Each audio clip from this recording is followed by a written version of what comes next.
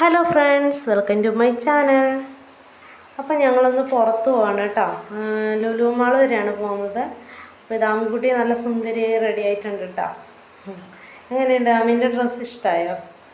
അപ്പോൾ അവൾ റെഡി ആയി കഴിഞ്ഞാൽ അപ്പോൾ അവളെ എടുക്കണം കേട്ടോ. അതാണ് അവൾ പറഞ്ഞുകൊണ്ടിരിക്കുന്നത്. അപ്പോൾ ഞാനവിടെ ഇരുത്തിയതിനുള്ള ദേഷ്യമാണ് കേട്ടോ. അപ്പോൾ മോന് റെഡി ആയപ്പോൾ ഞാൻ വിചാരിച്ചെന്നാൽ കുറച്ച് ഫോട്ടോസ് എല്ലാം എടുക്കാമെന്ന് വിചാരിച്ചു അവരുടെ. അപ്പോൾ അതിനിരുത്തിയതാണ് കേട്ടോ. അപ്പോൾ ഇതാ ഞങ്ങളെല്ലാം റെഡി ആയിട്ടുണ്ട്. അപ്പോൾ ഇനി നമുക്ക് വേഗം തന്നെ ലുലുവിലോട്ട് പോകാം കേട്ടോ.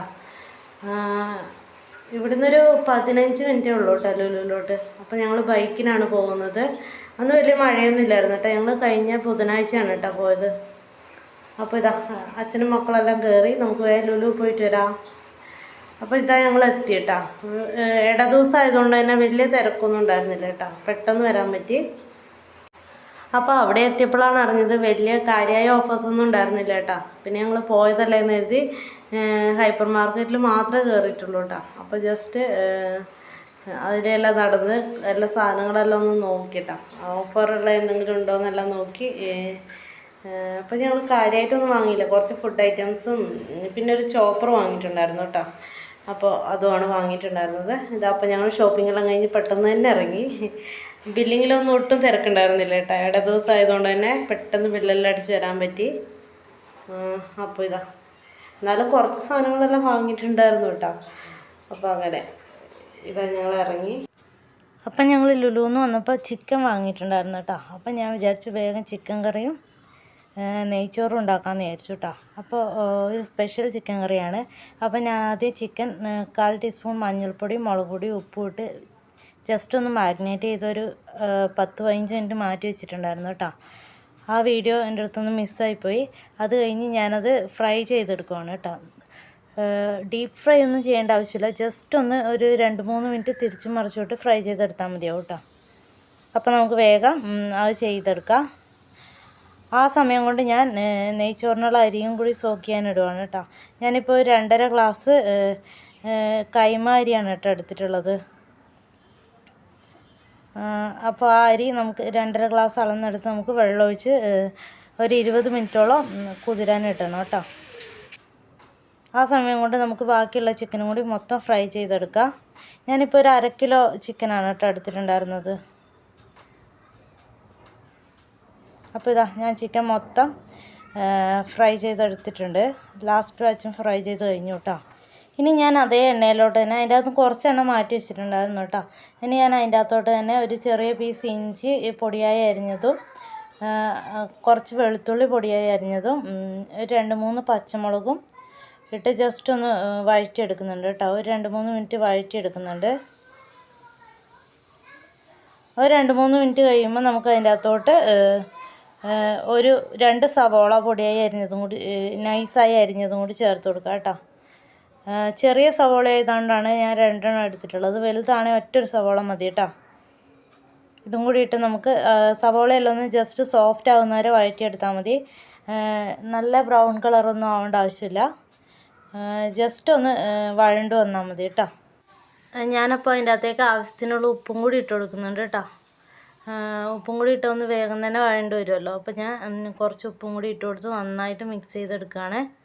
ഇനി നമുക്ക് അതിൻ്റെ അകത്തോട്ട് മഞ്ഞൾപ്പൊടിയും കൂടി ഇട്ട് കൊടുക്കുക കേട്ടോ. കുറച്ച് മഞ്ഞൾപ്പൊടിയും കൂടി ഇട്ട് കൊടുക്കണം. അപ്പോൾ ഇതേ മഞ്ഞൾപ്പൊടിയും കൂടി ഇട്ട് കൊടുത്തിട്ടുണ്ട്. ഇനി നമുക്ക് നന്നായിട്ട് വഴറ്റിയെടുക്കാം കേട്ടോ. അതിൻ്റെ മഞ്ഞൾപ്പൊടീൻ്റെ പച്ചമണമെല്ലാം പോകുന്നത് വരെ നമുക്ക് നന്നായിട്ടൊന്ന് വഴറ്റിയെടുക്കണം. അപ്പോൾ ഇതാ ഞാൻ കുറച്ച് നേരം നന്നായി ഇളക്കി കഴിഞ്ഞിട്ട് ജസ്റ്റ് ഒന്ന് അടച്ചു കൊടുത്തിട്ടുണ്ടായിരുന്നു കേട്ടോ. ഒരു 2-3 മിനിറ്റ് അടച്ചു വെച്ചു. അത് കഴിഞ്ഞപ്പോഴത്തേക്ക് ഇതാ നമ്മളെ സവോളയെല്ലാം നല്ല സോഫ്റ്റായി വന്നിട്ടുണ്ടായിരുന്നു കേട്ടോ. ഇത്രയായാൽ മതി. ഇനി നമുക്ക് അതിൻ്റെ അകത്തോട്ട് പൊടികൾ ഇട്ട് കൊടുക്കാം. ഞാനിപ്പോൾ ഒരു 2.5 ടീസ്പൂണോളം മുളക് പൊടി, ഒരു 2-3 ടീസ്പൂണോളം മല്ലിപ്പൊടി, ഒരു 1/2 ടീസ്പൂണോളം ഗരം മസാലപ്പൊടി, ഇത്രയാണ് കേട്ടോ ഇട്ട് കൊടുത്തിട്ടുള്ളത്. എന്നിട്ട് നന്നായി അതിൻ്റെ എല്ലാം പച്ചമണം മാറുന്നത് വരെ നമുക്ക് നന്നായിട്ട് തന്നെ വഴറ്റിയെടുക്കണം. ചെറിയ തീയിലിട്ടിട്ട് വഴറ്റിയെടുക്കണം കേട്ടോ. അപ്പോൾ അതിൻ്റെ പച്ചമണമെല്ലാം മാറുന്നത് വരെ നമുക്ക് നന്നായിട്ട് വഴറ്റിയെടുക്കാം. പൊടികൾ ചേർത്തുകൊണ്ട് തന്നെ പെട്ടെന്ന് അടുക്കി പിടിക്കാൻ ചാൻസ് ഉണ്ട്. അതുകൊണ്ടാണ് കേട്ടോ ചെറിയ തീയിലിടാൻ പറഞ്ഞത്. ഇനി നമുക്ക് അതിൻ്റെ അകത്തോട്ട് ഒരു തക്കാളി ചെറുതായി അരിഞ്ഞതും കൂടി ഇട്ട് നന്നായിട്ടൊന്ന് വഴറ്റി കൊടുക്കണം. തക്കാളിയെല്ലാം നന്നായി വെന്ത് സോഫ്റ്റായി വരണം കേട്ടോ. നമുക്കത് കുറച്ച് നേരം അടച്ച് ചെറിയ തീയിലിട്ട് വേവിച്ചെടുക്കണം. അപ്പോൾ ഇതാ ഞാൻ കുറച്ച് നേരം അടച്ചു കൊടുത്തിട്ടുണ്ടായിരുന്നു കേട്ടോ. ഇതാ തക്കാളിയെല്ലാം നല്ല സോഫ്റ്റായി വെന്ത് വന്നിട്ടുണ്ടായിരുന്നു. ഇനി നമുക്ക് ഒന്നും കൂടി നന്നായി ഇളക്കി യോജിപ്പിച്ചെടുക്കാം. അപ്പോൾ ഇതാ നമ്മൾ തക്കാളിയെല്ലാം വെന്ത് ഉടഞ്ഞ് നല്ല സെറ്റായി വന്നിട്ടുണ്ട് കേട്ടോ. ഇനി നമുക്ക് അതിൻ്റെ അകത്തോട്ട് നമ്മൾ നേരത്തെ ഫ്രൈ ചെയ്ത് വെച്ച ചിക്കൻ ഇട്ട് കൊടുക്കണം. അപ്പോൾ ഇതാ ഞാൻ ചിക്കനെല്ലാം ഇട്ട് കൊടുത്തു. നമുക്കിനി നന്നായിട്ട് തന്നെ ഒന്ന് ഇളക്കി കൊടുക്കണം കേട്ടോ. മസാലയെല്ലാം എല്ലായിടത്തും ആവുന്നത് വരെ നമുക്ക് നന്നായിട്ടൊന്ന് മിക്സ് ചെയ്ത് കൊടുക്കാം. അപ്പോൾ ഇതേ നന്നായി തന്നെ മിക്സ് ചെയ്തെടുത്തു കേട്ടോ. എന്നിട്ട് ഞാൻ അതിൻ്റെ അകത്തോട്ട് കുറച്ച് കറിവേപ്പിലയും കൂടി ഇട്ട് കൊടുത്തിട്ടുണ്ടായിരുന്നു. അപ്പോൾ ഇനി അതിൻ്റെ അകത്തോട്ട് നമുക്ക് ഒരു 1.5 കപ്പോളം വെള്ളം ഒഴിച്ച് കൊടുക്കാം കേട്ടോ. നിങ്ങൾക്ക് എത്ര ഗ്രേവി വേണം അതനുസരിച്ചുള്ള വെള്ളം ഒഴിച്ച് കൊടുക്കാം. ഞാനിപ്പോൾ 1.5 കപ്പോളം വെള്ളം ഒഴിച്ച് കൊടുത്തിട്ടുണ്ടായിരുന്നു കേട്ടോ. എന്നിട്ട് നമുക്ക് നന്നായിട്ടൊന്നും കൂടി ഇളക്കി മിക്സ് ചെയ്ത് കൊടുക്കാം കേട്ടോ. എന്നിട്ട് നമുക്ക് അടച്ചു കൊടുക്കാം. കുറച്ച് നേരം ഇനി അടച്ച് വേവിച്ചെടുക്കാം. ഹൈ ഫ്ലെയിമിൽ തന്നെ ഇട്ടാൽ മതിയാവും കേട്ടോ. ആ സമയം കൊണ്ട് നമുക്ക് നെയ്ച്ചോറിനുള്ള പണി നോക്കാം. അപ്പോൾ ഇത് ഞാൻ ഒരു കുക്കർ അടുപ്പത്ത് വെച്ച് അതിൻ്റെ അകത്തോട്ട് നെയ്യ് ഒഴിച്ച് കൊടുത്തിട്ടുണ്ടായിരുന്നു കേട്ടോ. 2-3 ടേബിൾ സ്പൂണോളം നെയ്യ് ഒഴിച്ച് കൊടുത്തിട്ടുണ്ടായിരുന്നു. അതിൻ്റെ അകത്തോട്ട് സ്പൈസസ് പട്ട, ഗ്രാമ്പൂ, ഏലക്ക, ബേ ലീഫ് ഇതെല്ലാം ഇട്ടൊന്ന് മൂപ്പിച്ചെടുത്തിട്ടുണ്ടായിരുന്നു കേട്ടോ. അതിലേക്ക് ഒരു 1/2 സവാള പൊടിയായി അരിഞ്ഞതും കൂടി ചേർത്ത് കൊടുത്തിട്ടുണ്ടായിരുന്നു കേട്ടോ. ഇത്രയും നന്നായി ഒന്ന് വഴറ്റിയെടുത്ത ശേഷം അതിൻ്റെ അകത്തോട്ട് ചോറിന് ആവശ്യമുള്ള വെള്ളം ഒഴിച്ച് കൊടുക്കാം. ഞാനിപ്പോൾ 1 ഗ്ലാസ് അരിക്ക് 1.5 ഗ്ലാസ് എന്ന അളവിലാണ് കേട്ടോ വെള്ളം ഒഴിച്ച് കൊടുത്തിട്ടുണ്ടായിരുന്നത്.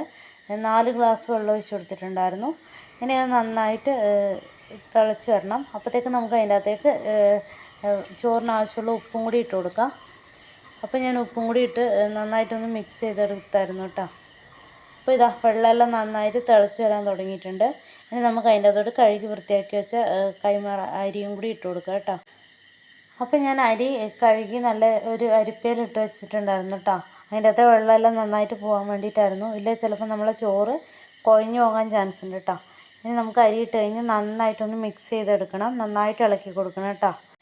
ഇനി അത് നന്നായിട്ടൊന്ന് തിളക്കണം. അതുവരെ നമുക്കൊന്ന് അടച്ചു കൊടുക്കാം കേട്ടോ. അപ്പോഴത്തേക്കും നമ്മളെ കറി ഇതാ ഏകദേശം റെഡി ആയിട്ടുണ്ടായിരുന്നു. ഇതാ കറി നല്ല കുറുക്കി റെഡിയായി വന്നിട്ടുണ്ട് കേട്ടോ. ഞാൻ അതിൻ്റെ അകത്തോട്ട് ഒരു ടേബിൾ സ്പൂണോളം കുരുമുളക് കൂടി ഇട്ട് കൊടുത്തിട്ടുണ്ടായിരുന്നു കേട്ടോ. കുറച്ച് മല്ലിയിലയും കൂടി ഇട്ട് കൊടുത്ത് നമുക്ക് നന്നായിട്ടൊന്ന് ഇളക്കി മിക്സാക്കി എടുക്കാം. അപ്പോൾ ഇത്രയേ ഉള്ളൂ കേട്ടോ. നമ്മുടെ ചിക്കൻ കറി റെഡി ആയിട്ടുണ്ട്. ഇതുപോലെ ചിക്കൻ കറി ഇതുവരെ ട്രൈ ചെയ്യാത്തവർ തീർച്ചയായും ട്രൈ ചെയ്ത് നോക്കണം കേട്ടോ. സൂപ്പർ ടേസ്റ്റാണ്. അപ്പോൾ ഇത് ആ സമയം കൊണ്ട് തന്നെ നമ്മളെ ചോറ് നന്നായിട്ട് തിളച്ച് വരാൻ തുടങ്ങിയിട്ടുണ്ടായിരുന്നു കേട്ടോ. ഇനി നമുക്കത് കുക്കർ അടച്ചു കൊടുക്കണം. അതിന് മുന്നേ ഞാൻ അതിൻ്റെ അകത്തോട്ട് കുറച്ച് പൊടിയായി അരിഞ്ഞ പൈനാപ്പിളും കൂടി ഇട്ട് കൊടുക്കുന്നുണ്ട് കേട്ടോ.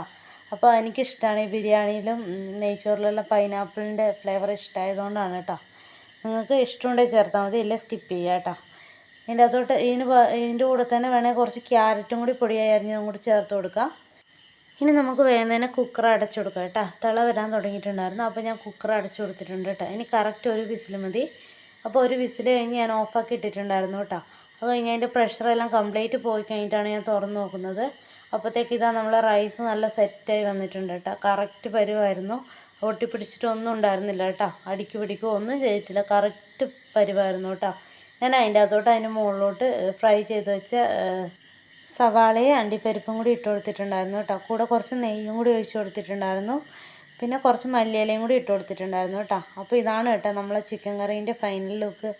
അപ്പോൾ ഇതാ നല്ല അടിപൊളി നെയ്ച്ചോറും ചിക്കൻ കറി റെഡി ആയിട്ടുണ്ട്.